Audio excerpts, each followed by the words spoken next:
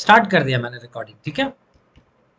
So what I was telling guys कि इसको एक बार आप लोग करके देखोगे। Anybody trying with me? Diksha, Soni, Prachi. हाँ सर, करेक्ट। तो एक बार इसमें सिनेरियो, न्यू प्रोडक्ट लॉन्च करके एक सिनेरियो बना लो, न्यू प्रोडक्ट लॉन्च, और उनका अलग अलग परसेंटेज दे सकते हैं। We can give them percentage like 12 12 15 15। मैं क्लोज करता हूं।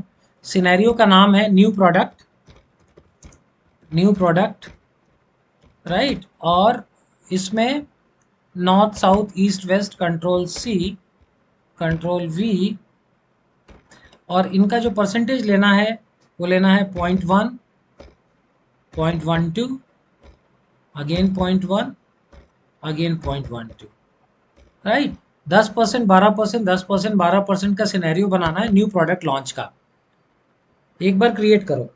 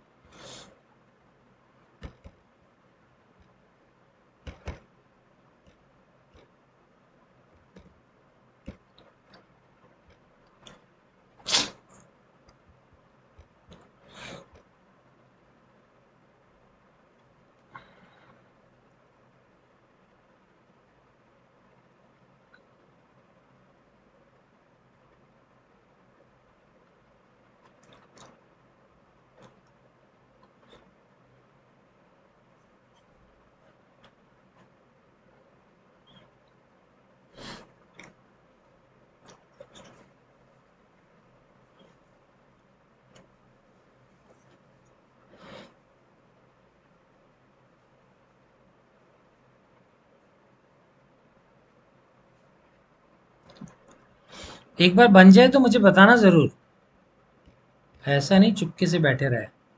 नहीं बने तो भी बताना।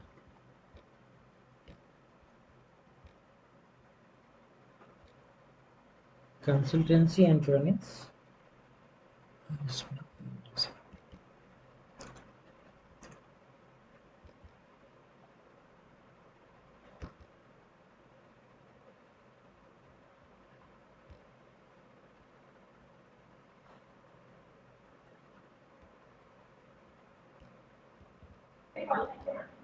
सर एक बार फिर से बता दीजिए।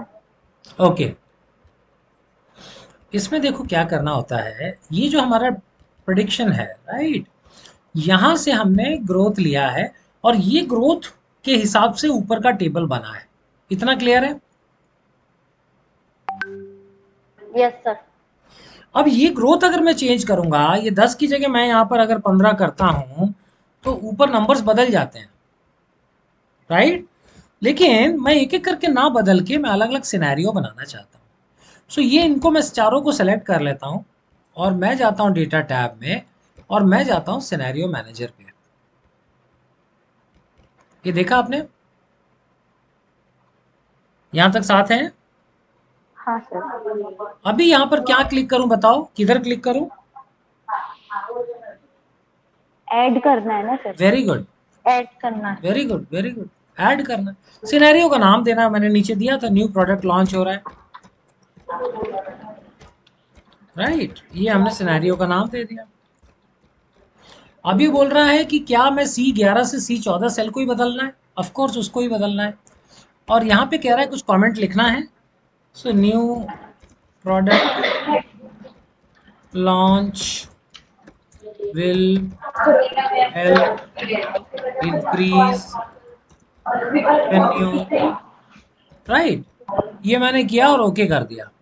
तो ये पूछ रहा है क्या क्या परसेंटेज आ जाएगा। अब यहाँ पे परसेंटेज डाल देना है। पहले का 0.1 ठीक है, दूसरे में कह रहे हैं 0.12 हो जाएगा, तीसरा 0.10 रहेगा, और चौथा भी 0.12 हो जाएगा, और ओके कर दूंगा। तो ये नया सिनेरियो बन गया, न्यू प्रोडक्ट लॉन्च। इसको क्लिक किया और शो किया, तो आपका देखो 10 12 10 12 आ गया यहाँ, और उसके हिसाब से ये रेवेन्यू आ गया।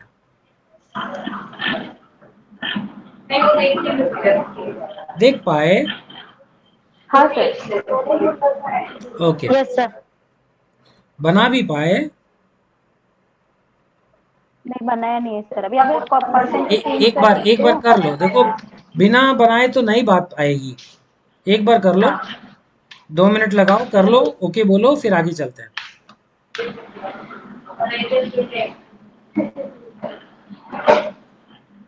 ये जीआरएल तुमने क्या टापू करी है कोलकाता वगैरह पर? नहीं करी। ऑलरेडी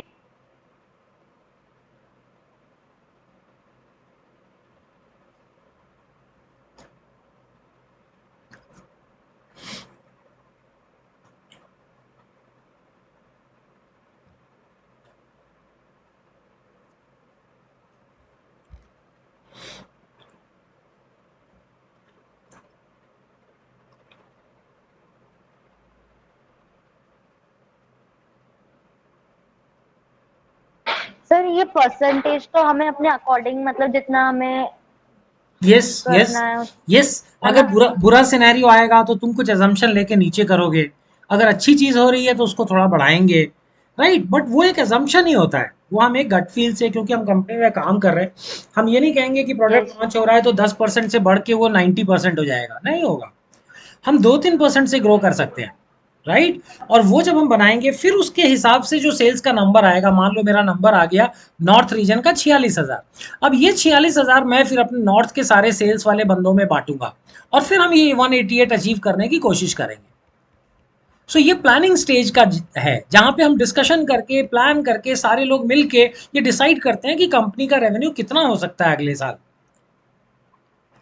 समझ पा रहे हैं? Yes sir.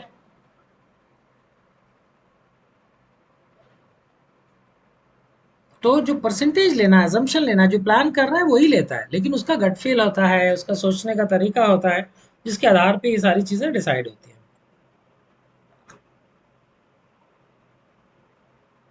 हाँ सर हुआ, हो गया। हो गया? हाँ। Very good. Done.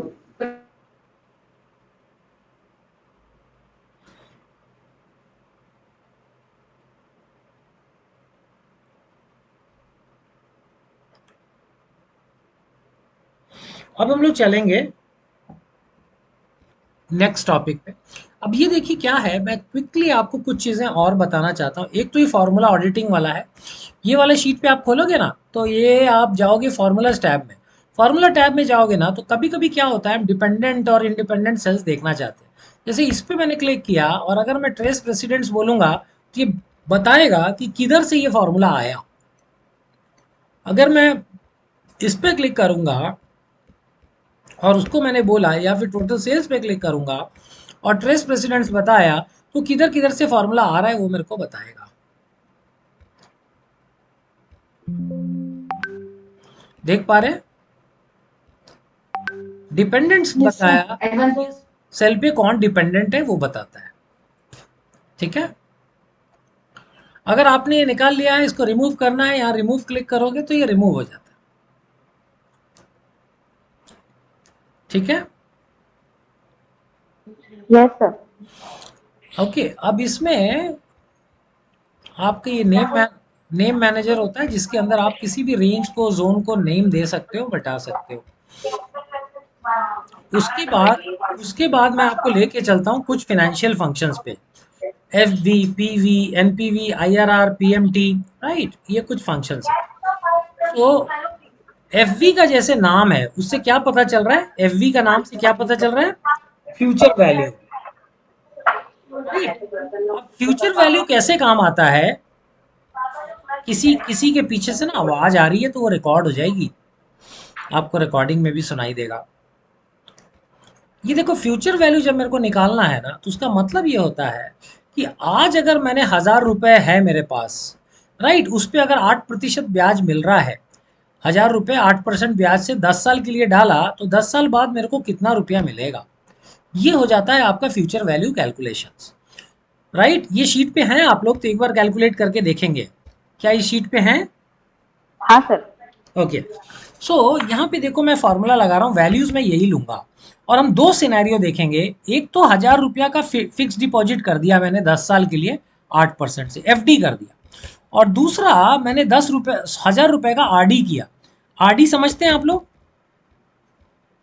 Recurring deposit, हर महीने 1,000 रुपए डालेंगे, जैसे एसआईपी होता है म्यूचुअल फंड में, एसआईपी सुना आप लोगों ने? Yes sir, yes sir.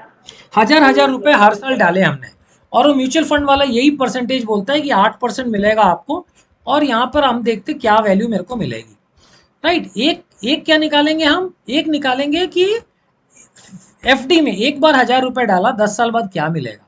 ये 1,000 रुपए हम 10 साल तक डालते जा रहे हैं, फिर हमें क्या मिलेगा, राइट। इस केस में कंपाउंडिंग 1 नहीं होगा, कंपाउंडिंग 12 हो जाएगा, क्योंकि हर महीने डाल रहे हैं। अब पहले वाले केस का आंसर निकालते हैं, equal to F V, tab, bracket खोला, और जो क्वेश्चन पूछ रहे हैं वो बता देने का। वो बोल रहे रेट 8%, इसको 12 से डिवाइड नहीं करेंगे क्योंकि एनुअल है। Number of period 10 years. PMT per month कोई पेमेंट कर रहे हैं? नहीं कर रहे हैं। प्रेजेंट वैल्यू कितना लगा रहे हो? 1,000 रुपए लगा रहे हो। ये बोल रहा है 2,000 रुपए आपको मिलेगा, 2,158 रुपए। माइनस में क्यों आ रहा है? क्योंकि उसको लग रहा है 1,000 मिल रहे तो 2,000 दे रहे। अगर अपन यहाँ पे एक माइनस लगा देंगे तो ये प्लस हो जाएगा। 2,158 रुपया 10 साल बाद, डबल से थोड़ा ज्यादा होगा 8% से। अब हम आते हैं इधर और हम ये बोलते हैं कि मेरा जो कंपाउंडिंग है वो मंथली है और हर महीने पैसा डाल रहा हूं मैं। सो हमने डाला यहाँ पे F V, tab, open the function box. इसने पूछा रेट कितना है, रेट 8% नहीं रहेगा, डिवाइडेड बाई 12 हो जाएगा। नंबर ऑफ पीरियड्स कितने हो जाएंगे? 120 हो जाएंगे, 10 साल तक हर महीने डाल रहे। पीएमटी क्या है? 1,000 रुपए है, 1,000 रुपए। सो ये कह रहा है आपको मिलेगा 1,82,946 रुपया। ये माइनस लगा दिया तो ये हो जाएगा प्लस, राइट। 1,82,000 डाला कितना आपने? आपने डाला 1,000 इंटू 10 साल, हर साल में 12 महीना। तो आपने डाला 1,20,000, लेकिन आपको मिलेगा 1,82,000 रुपया। So this is the way to calculate future value, कि फ्यूचर वैल्यू मेरे पैसे का क्या होगा, आगे मुझे क्या मिलने वाला है। समझ पा रहे हो गाइस? Yes sir. जरा एक बार निकालोगे क्या? एक बार लगा लो हाँ। फटाफट, एक बार लगा लो तो अच्छे से आ जाएगा।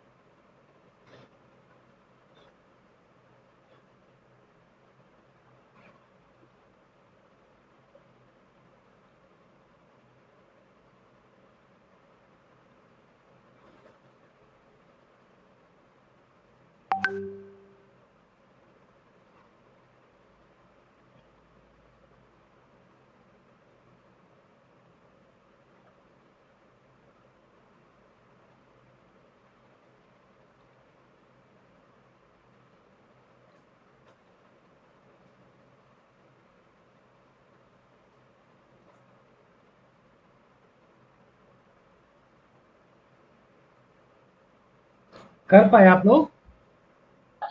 हाँ सर। ओके, अब हम नेक्स्ट टॉपिक पे चलते हैं, प्रेजेंट वैल्यू। इसमें क्या होता है ये देखिए, प्रेजेंट वैल्यू में हम क्या केस लेंगे।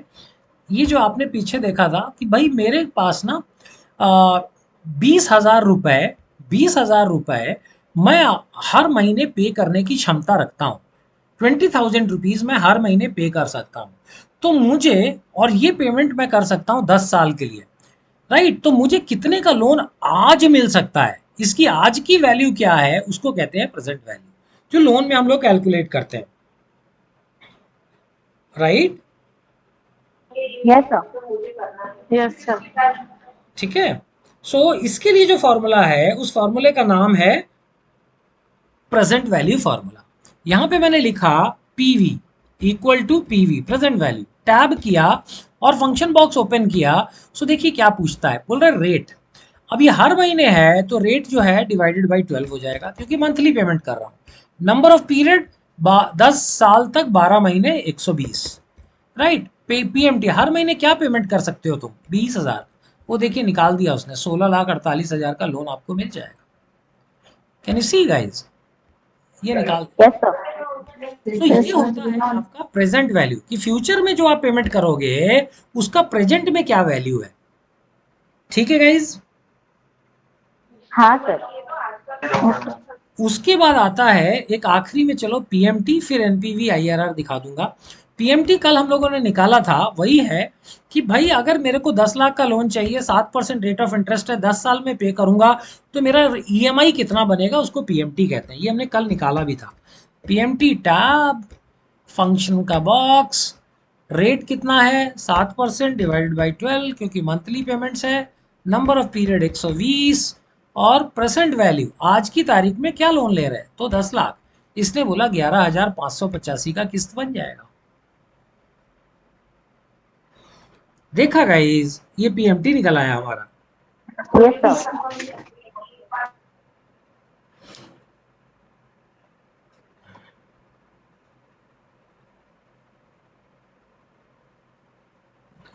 ओके, अब हम आएंगे एनपीवी और आईआरआर पे। एनपीवी जो होता है नेट प्रेजेंट वैल्यू होता है, और आईआरआर जो होता है इंटरनल रेट ऑफ रिटर्न होता है। ये सुना है आप दोनों ने कभी टर्म, ये दोनों टर्म सुने हैं कभी आप लोगों ने? ओके। एनपीवी, एनपीवी क्या करता है कि आपको जो आपका फ्यूचर का इन्वेस्टमेंट्स है, रिटर्न्स है, उसका आज की तारीख में प्रेजेंट वैल्यू निकाल के देता है। जैसे मैं अगर ये पहला वाला एग्जांपल आपको लेके दिखाऊं, तो यहाँ पे क्या हो रहा है कि मैंने इनिशियल इन्वेस्ट किया 4 लाख रुपया कोई चीज़ में लगाया, और वो बोल रहे हैं कि आपको फर्स्ट ईयर के बाद मिलेगा 70,000, फिर मिलेगा 1,20,000, फिर 1,40,000, फिर 1,40,000, फिर 40,000। सो अगर मैं ये सारा अमाउंट को जोड़ूंगा ऐसे नॉर्मल, तो 5,10,000, तो अपने को लग रहा है अपने को 1,20,000 रुपए ज़्यादा मिल रहे हैं, राइट? लेकिन इनका नेट प्रेजेंट वैल्यू निकाल के ही मेरे को फैसला करना चाहिए कि क्या ये ज़्यादा मिला है कुछ या नहीं मिला है। तो उसके लिए देखिए एक फॉर्मूला होता है एनपीवी, ये यहाँ पर भी लगाया है मैंने, यहाँ पर लगाता हूँ थोड़ा सा डिफरेंस आएगा जो मैं तरीके से करने जा रहा हूँ। इक्वल टू आप एनपीवी लिखोगे, फाइनेंस का फॉर्मूला है, बहुत टफ होता है लेकिन एक्सेल में आसान हो जाता है। वो कह रहा है रेट बताओ, रेट मेरा है 8%, कॉमा करके कह रहा है वैल्यू 1, वैल्यू 2, वैल्यू 3, वैल्यू 4 बताओ। ये मैंने सारे वैल्यूज बता दिए, ये सारे वैल्यूज बताए और एंटर किया, तो देखिए इसने बोला ये 4,08,000 रुपये है। अब इसमें से मैं अगर पहला वाला इन्वेस्टमेंट ऐड कर देता हूं, दिस प्लस जो मैं लगाया था, तो मेरे को एक्चुअली 8,959 रुपए का फायदा हो रहा है। अगर इन सब का प्रेजेंट वैल्यू मैं नेट कर दूं, उसमें से 4 लाख निकाल दूं, तो मेरे हाथ में जो आ रहा है वो 8,959 is the positive thing which is coming. मतलब देखने में तो वो 1,10,000 ज्यादा लग रहा था, जब मैं इसको टोटल करता हूं तो एक 5,10,000 हुआ, 4 लाख लगाया, 5,10,000 मिला। लेकिन क्योंकि ये पीरियड अलग अलग है, इसको मैं आज की तारीख में जब डिस्काउंट करके लाऊंगा तो ये 4,08,000 होता है, और मेरा 8,000 रुपए का इसमें फायदा मिल रहा है 8% रेट ऑफ इंटरेस्ट से। तो कहने का मतलब ये है कि अगर आप 8% रेट ऑफ इंटरेस्ट से ये अमाउंट कहीं लगाते हैं और इस तरीके का रिटर्न्स है, तो आप उसके कंपैरिजन में 8,000 रुपीज एक्स्ट्रा आपको मिल रहे हैं। समझ पाएगा इज? Yes sir. है ना? इसमें क्या होता है कि आप सारे वैल्यूज को आज की तारीख में उनका वैल्यू निकाल के और फिर उसको कंपेयर कर लेते हो। उसके बाद एक फॉर्मूला आता है आईआरआर। ये भी देखो, अगर आप मैथमेटिकली निकालने जाओगे ना, बहुत टफ फार्मूला होता है, लेकिन अगर आप उसको एक्सेल में निकालोगे तो बहुत आसानी से निकल जाता है। इसमें हम क्या करते हैं, इसमें जो 18% है ये नहीं दिया, उसमें जो रेट ऑफ इंटरेस्ट दिया रहता था एनपीवी में, वो यहाँ नहीं दिया रहता, हमको निकालना होता है। किस बेसिस पे कि हमने 1000 रुपया लगाया और ये पैसा मेरे को मिल रहा है 200 300 300 अलग अलग पीरियड में। ये वैल्यूज को अगर मैं खींच के लाऊंगा तो ये 1700 रुपया हो रहा है। मैं लगाया 1000, मिला मेरे को 1700, तो मेरा आईआरआर क्या है, रेट ऑफ इंटरेस्ट क्या मिला मेरे को। सो इक्वल टू आईआरआर करूंगा, टैब करूंगा, और ये कहता है सिर्फ आप सारा वैल्यू सेलेक्ट कर लो। सारा वैल्यू सेलेक्ट करके एंटर किया, ये कह रहा है 18% का रेट ऑफ रिटर्न आपको मिला है। It is that simple. एक बार लगा के देखोगे बच्चों, बहुत आसान है। एनपीवी हाँ और सर। आईआरआर दोनों एक बार लगा के देख लो।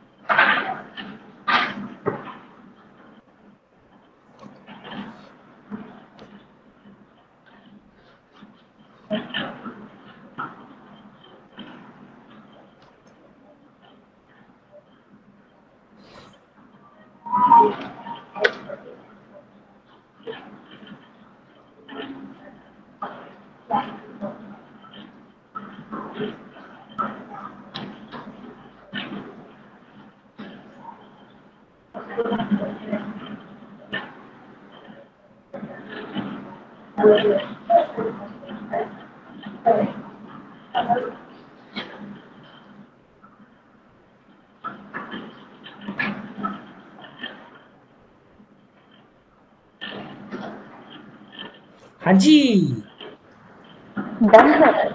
डन हो गया। ये फाइनेंशियल वाला फार्मूलाज खत्म हो गया हमारा, right, we are done with this. So आपको एक फाइनेंशियल फंक्शन सिखा दिया मैंने। अब एक चीज और सिखा देता हूँ। आपने मैक्रो का नाम सुना है? मैक्रो नहीं सर। नहीं सुना? मैक्रो नहीं। क्या होता है ना, मैक्रो कोई भी काम को ना ऑटोमेटिक कर देता है। जरा ये मेरे साथ साथ बनाइएगा। एक नया एक्सेल शीट खोल लीजिए, एक ब्लैंक एक्सेल शीट खोलिए। खोल लिया? खोला सर।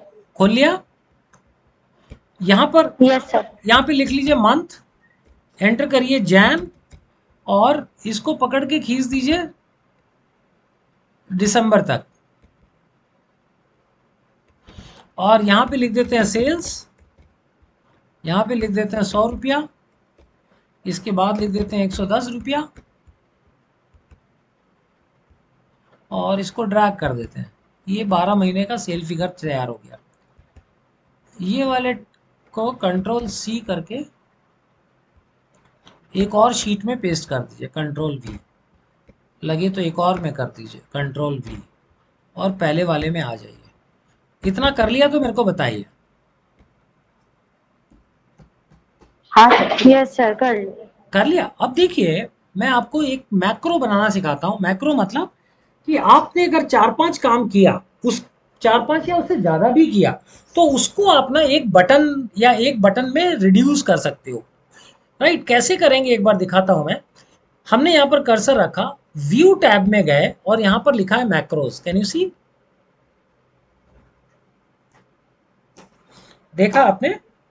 हाँ सर। Yes sir. राइट। अब मैं इस पे गया और मैंने इसको बोला रिकॉर्ड करो मैक्रो, सेकंड नंबर पे है। राइट। इसने बोला, मैंने मैक्रो का नाम मैक्रो 2 रखा है, या आपकी में मैक्रो 1 आ रहा होगा। इसको डिलीट करके हम कर देते हैं न्यू मैक्रो, स्पेस नहीं लेगा, न्यू मैक्रो। ठीक है? Yes sir. अभी यहाँ पे कंट्रोल के आगे प्लस है ना, यहीं पर हम एक बटन बना रहे हैं, shortcut button. So control plus है, उसके बाद शिफ्ट और क्यू दबा दीजिए। कंट्रोल शिफ्ट क्यू, ये मेरा शॉर्टकट बन गया। ठीक है? ओके। बना? Yes sir. अभी डिस्क्रिप्शन में हम ये लिख देंगे कि क्या करने वाले हैं जिससे हम भूले नहीं। सो खैर फिलहाल हम इसका नाम लिख देते हैं फॉर्मेटिंग। और उसके बाद जैसे आप ओके करोगे ना, आपके मैक्रो का रिकॉर्डिंग चालू हो जाएगा। जब आप लिख लो तो मुझे बताना। Done sir. इसको ओके किया तो आप there is already a macro assign to that key. अच्छा अच्छा अच्छा अच्छा, ओ मेरे में कंट्रोल शिफ्ट क्यू मैंने ऑलरेडी किया हुआ है, तो मैं इसको कर देता हूँ L. Control shift L, control shift L कर दिया। आप क्यू रखिएगा, कोई प्रॉब्लम नहीं है, ठीक है ना। ओके, अभी इसको yes okay sir. Okay press करेंगे तो अभी आप जाओगे ना मैक्रोज में, तो जहां पे रिकॉर्ड मैक्रो था वहां स्टॉप रिकॉर्डिंग आ रहा है, देख रहे हो क्या। सर मेरे में वो Q वाला प्रेस नहीं हो रहा है, कंट्रोल शिफ्ट क्यू कर रहे हैं। कंट्रोल शिफ्ट क्यू, कंट्रोल हाँ शिफ्ट। नहीं हो रहा। अरे बच्चे, नहीं हुआ हमारे में शायद कंट्रोल क्यू से पता नहीं क्या हो रहा अरे है। सुनो तो, पहले बात तो सुनो बालिका लोग। कंट्रोल नहीं दबाना है, शिफ्ट और क्यू दबाना है। ठीक है। कंट्रोल तो अच्छा पहले ओके से है ओके, उधर। आगे है ही। यस सर, हो गया सर। इसलिए टीचर का बात सुनना चाहिए। Done sir. ओके, सो अभी देखो यहाँ पर आ सर रहा है stop recording, correct. Yes sir. Sir अभी मेरे में आ रहा है syntax of this name is not correct. हाँ, वो इसलिए कह रहा है क्योंकि आपने उसमें स्पेस दे दिया उसके नाम में। मैंने बोला था स्पेस मत देना, इसलिए नहीं बोल रहा मैंने हूँ तो कुछ टीचर का स्पेस बात नहीं। सुनना चाहिए।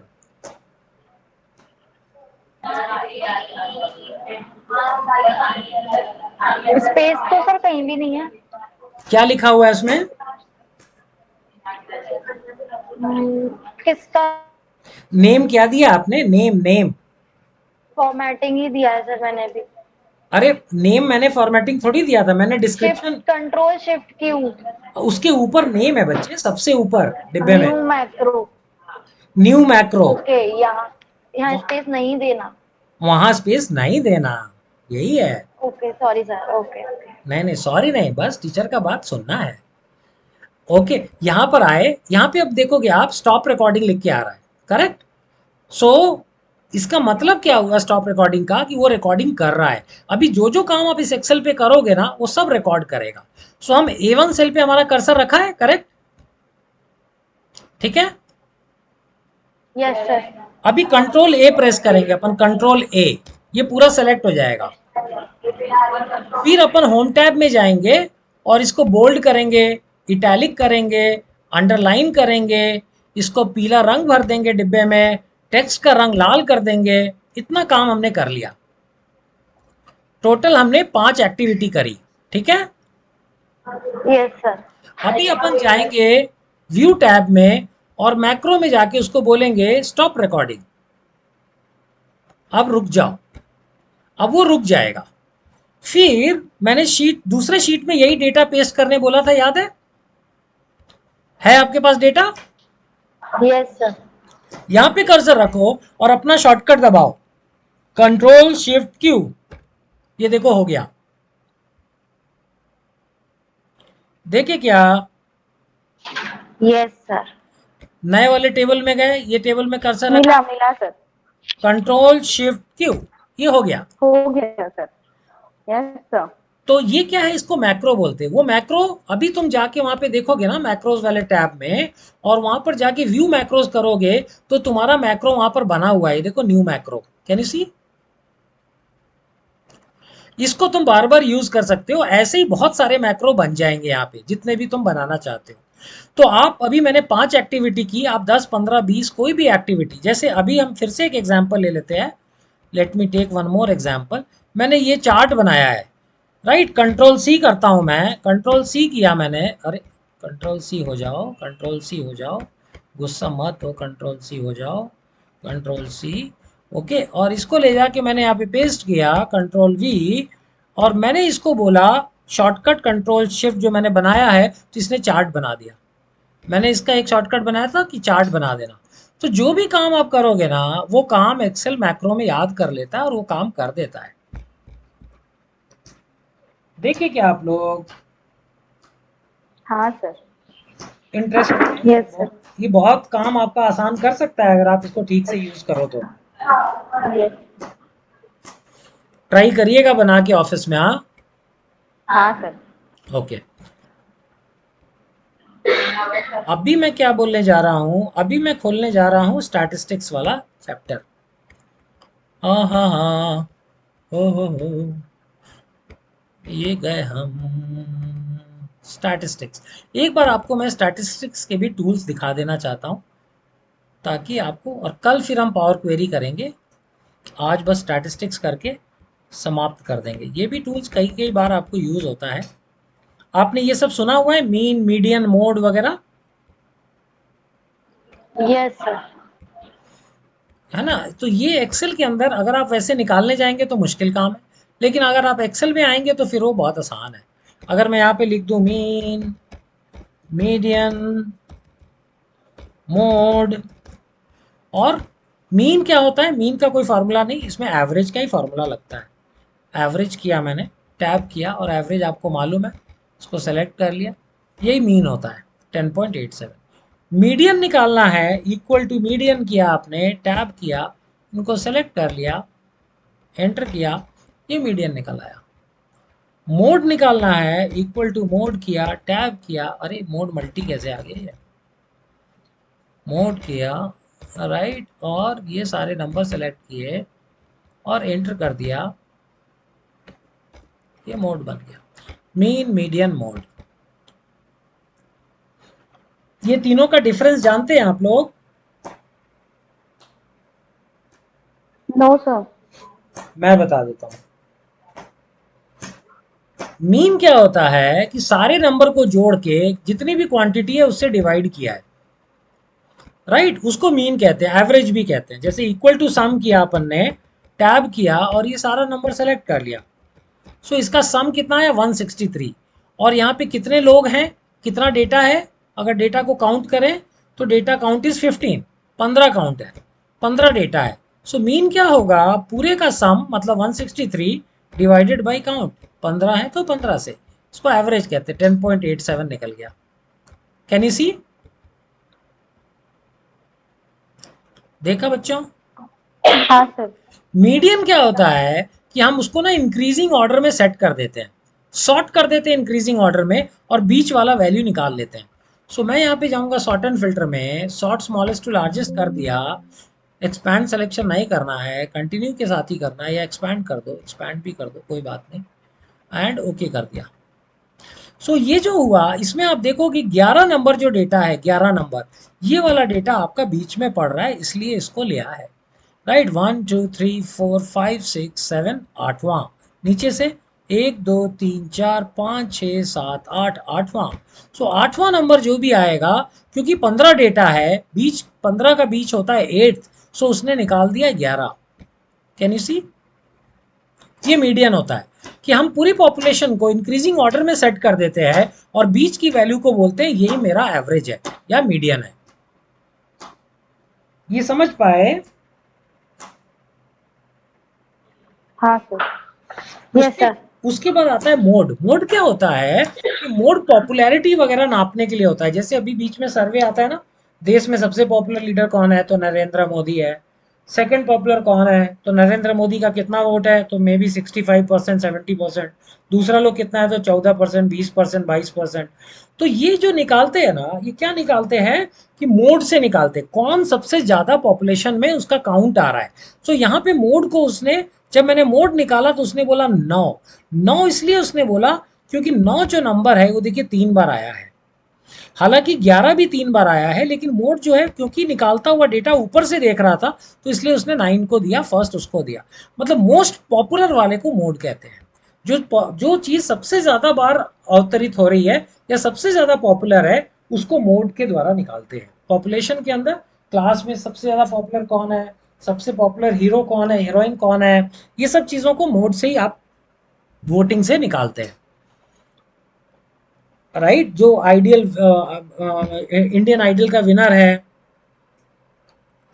ये सब चीजें उससे ही निकालते हैं, ओके, मोड से। ठीक है, यहां तक क्लियर है गाइज? Yes sir. उसके बाद मीन मीडियन मोड हो गया, फिर आ जाता है देखिए आपके पास स्टैंडर्ड डेविएशन। स्टैंडर्ड डेविएशन समझते हैं आप लोग? यस सर, पढ़ा तो था स्टैटिस्टिक्स। हाँ, अभी हम सिखाएंगे, फिर आप नहीं बोलेंगे, डोंट यू वरी।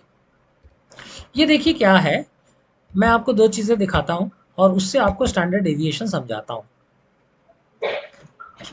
ये एबीसी है तीन, और इन तीनों के 60 नंबर आए। एक क्लास में तीन बच्चे एबीसी, तीनों के 60 नंबर आए, तो उनका एवरेज कितना हो जाएगा क्लास का?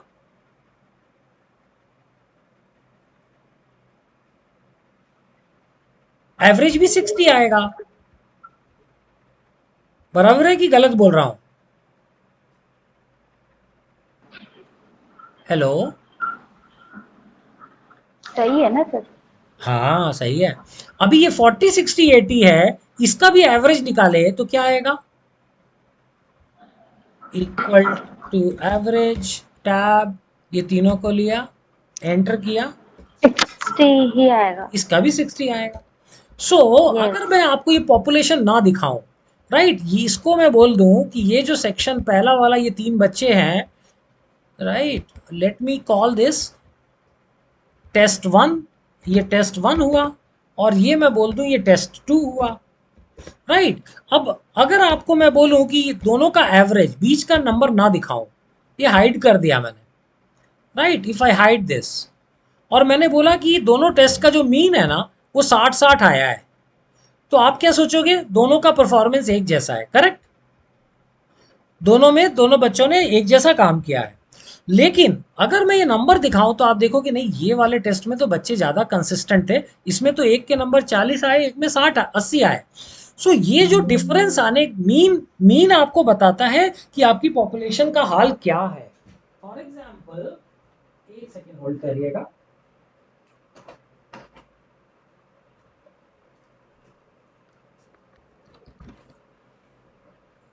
जैसे हम बोलते हैं कि गुजरात का जीडीपी बिहार के जीडीपी से अच्छा है, मतलब कि एवरेज अगर हम उसका वो देखें इनकम गुजरातीज का, तो एवरेज गुजराती लोग का इनकम एवरेज बिहार का एवरेज पर्सन के इनकम से ज्यादा आ जाता है।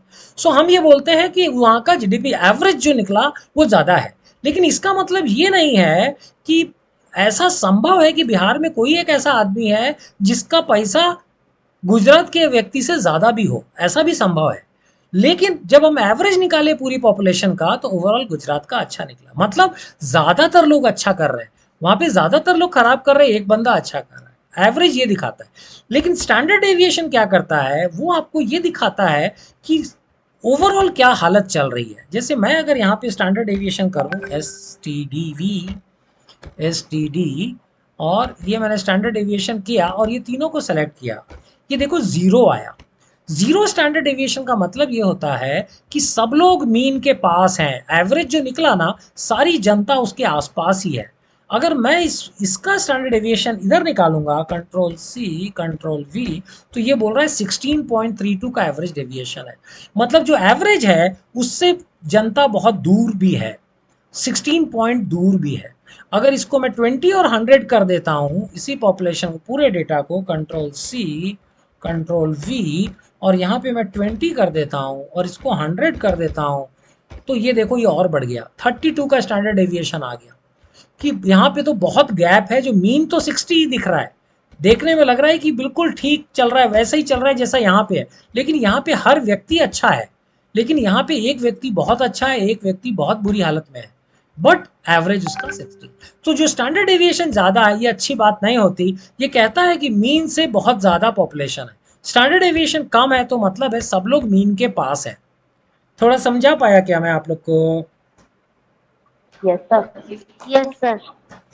और आप देखोगे निकालने का तरीका, क्योंकि एक्सेल है बहुत इजी है, मैनुअली करने जाओगे तो पसीने छूट जाएंगे, गलत आ जाएगा। लेकिन यहाँ पे क्या करना है, एस टी डी लिखा आपने, टैब किया और सेलेक्ट किया, एंटर मारा, स्टैंडर्ड डेविएशन निकल गया, राइट। और स्टैंडर्ड डेविएशन का एक भाई होता है वेरिएंस। वेरिएंस और स्टैंडर्ड डेविएशन लगभग सेम है, सिर्फ उसमें थोड़ा सा डिफरेंस होता है, उतनी टेक्निकलिटी में जाने का जरूरत नहीं है। लेकिन अगर आप इसी इसी कार्यक्रम को मैं यहाँ से उठा लूँ, कंट्रोल सी, और इसको वेरिएंस वाले पेज में पेस्ट कर दूँ, कंट्रोल वी, इसको मैं टेस्ट 3 कर दूं, टेस्ट 3, राइट। और ये तो मेरा निकला था स्टैंडर्ड डेविएशन। अब मैं यहाँ पे निकालता हूँ variance equal to var tab, और इसमें भी करना यही है, इसको सेलेक्ट किया, एंटर किया, ये जीरो ही रहेगा क्योंकि इतना बढ़िया डेटा है, सब लोग उस दुनिया में अच्छे हैं। कंट्रोल वी, ये देखिए ये निकला वेरिएंस और ये निकला वेरिएंस, ये ऑलमोस्ट इसके स्क्वायर टाइप का होता है, इसका स्क्वायर करके निकलता है, स्क्वायर से भी थोड़ा ज़्यादा ही होगा अगर आप देखोगे तो। लेकिन इसका काम वही है कि ये देखता है कि आप पॉपुलेशन से कितनी ज़्यादा दूर है। सो स्टैंडर्ड एविएशन और variance are mostly the same thing. Standard dev और variance are almost the same thing.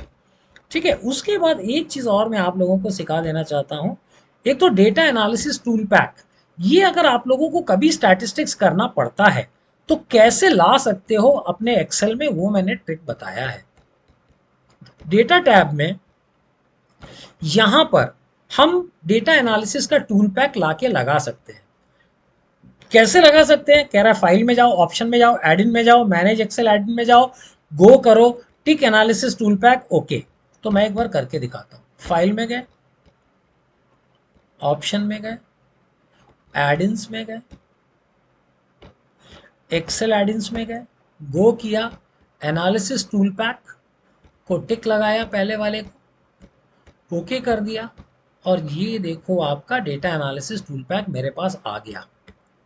Right, ये डेटा टैब में ही आएगा, और ये जब आ जाता है तो किस काम आता है वो मैं दिखाता हूँ आपको। कि जैसे मेरे पास ना ये डेटा है, कंट्रोल माइनस कर देता हूँ, कंट्रोल शिफ्ट प्लस कर देता हूँ, ये देखिए मेरे पास ना ये कुछ डेटा है, और इस डेटा का मेरे को एनालिसिस करना है।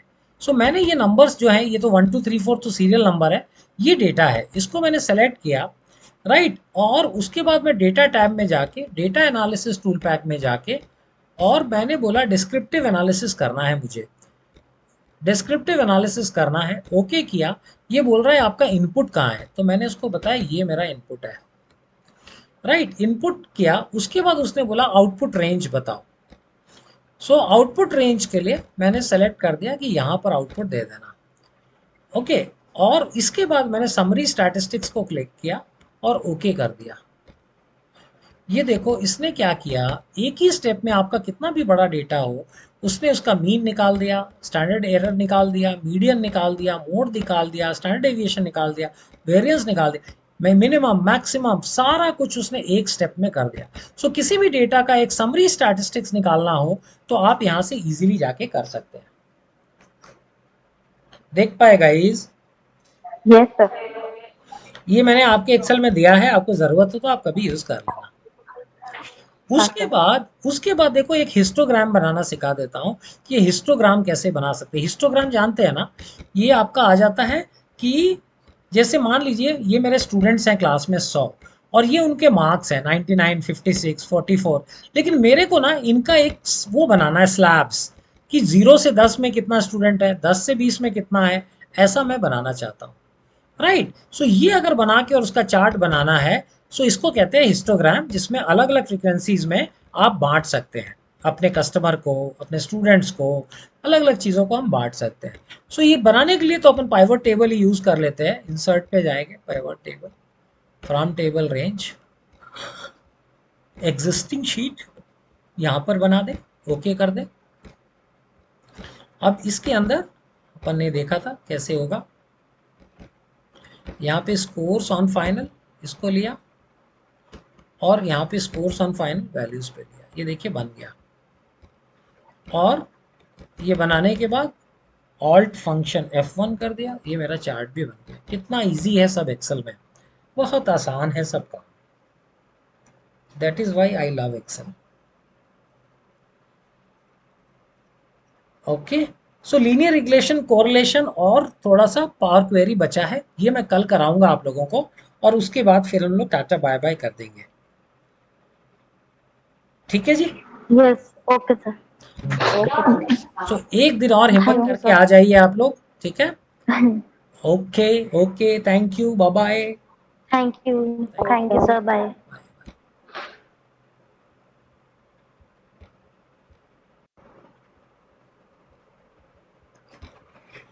हाँ भगवान जी, मैं थक थक जाता हूँ। बहानेबाज हो तुम एक नंबर की।